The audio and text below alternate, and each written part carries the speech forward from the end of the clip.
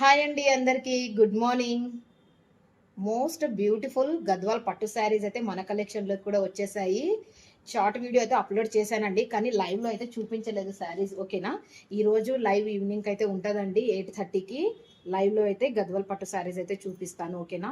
శారీస్ చూడండి colour combination ఎక్సలెంట్‌గా ఉంది. మనకు బార్డర్ అయితే ఎంత బాగొచ్చిందో ఇలా పెద్ద బార్డర్ అయితే వచ్చేసింది.